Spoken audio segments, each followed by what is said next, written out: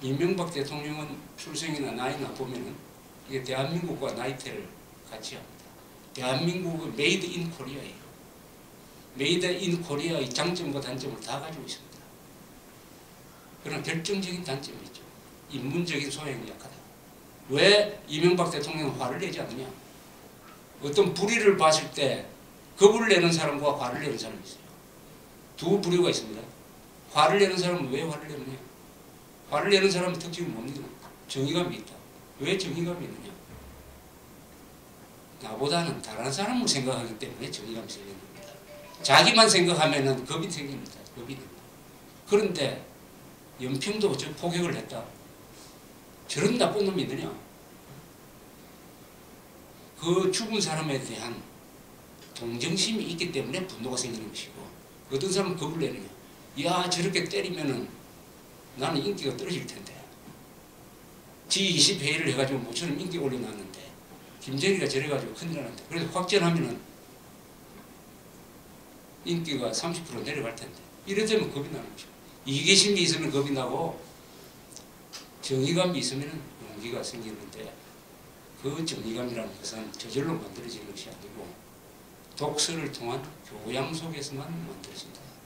저는 이렇게 생각합니다. 이야기 너무 길어졌습니다만은 결론적으로 오늘날 대한민국에 산다는 것은 이렇게 여러 가지 했지만은 세계에서 가장 재미있는 나라에 사는 것이죠. 세계에서 가장 재미있는 일들이 제일 많이 일어나는 나라가 대한민국입니다. 그래서 대한민국에 저처럼 기자로 태어나는 것은 굉장히 특권입니다. 세계에서 제일 재미있는 구경을 합니다. 광주 사태도 구경하고 11.6 나서 대통령이 총 맞아 죽는 것도 구경을 하고 12.12로 해가지고 장군들끼리 막 싸우는 것도 구경을 하고 서울 올림픽도 구경하고 별의별 구경을 다 하면서 관람료는 내지 않고 월급 받고 기자의 천국이죠. 그러면서 한국이 그래도 잘 될 것이다 하는 확신이 생기는 것은 보통 사람들 사이에 그래도 좋은 사람이 나쁜 사람보다 더 많다. 좋은 사람이 나쁜 사람보다 더 많다. 나쁜 사람이 점점 많아지고 있지만 아직은 좋은 사람이 더 많다.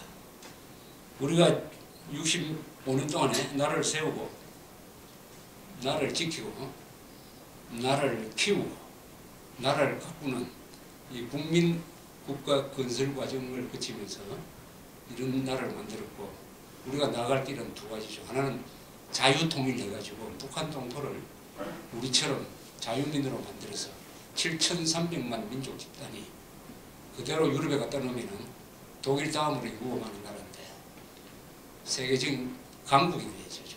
강소국은 한국이 안 맞습니다. 한국은 강대국이에요. 그래서 인류국가를 만들고 행복하게 산다.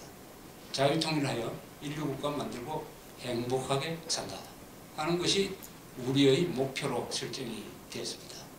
인류국가는 아닙니다. 우리가. 그러나 인류국가 될 수 있는 까지 왔는데 자유통일을 반드시 해야 됩니다. 자유통일 안 하면 다시 내려가게 되어 있습니다.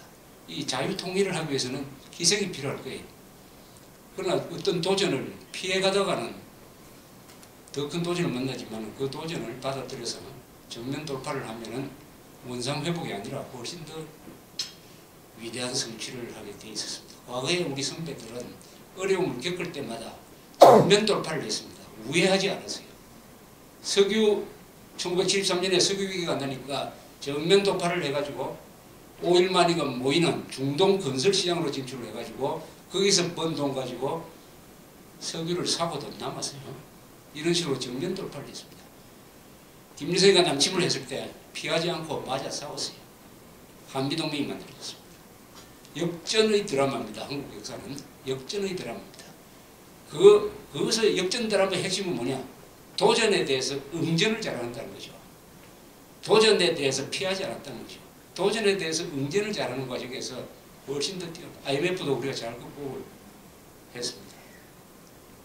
60년 전 오늘 1950년 11월 25일 대한민국이 생과 사의 경각에 달렸을 때요. 중공군이 밀고 내려오고 있었습니다. 메가드는 저항을 포기를 하고 총퇴각 명령을 내렸습니다. 메가드는 한국에서 철수하고 싶어 했어요. 한국이 철수하느냐 안 하느냐는 트루만한테 달려있는 이런 시기가 있었어요. 그때 이승만 대통령이 국무회의를 합니다. 10월 27일 국무회의 한 데 대해서 이런 기록이 남아 있었어요.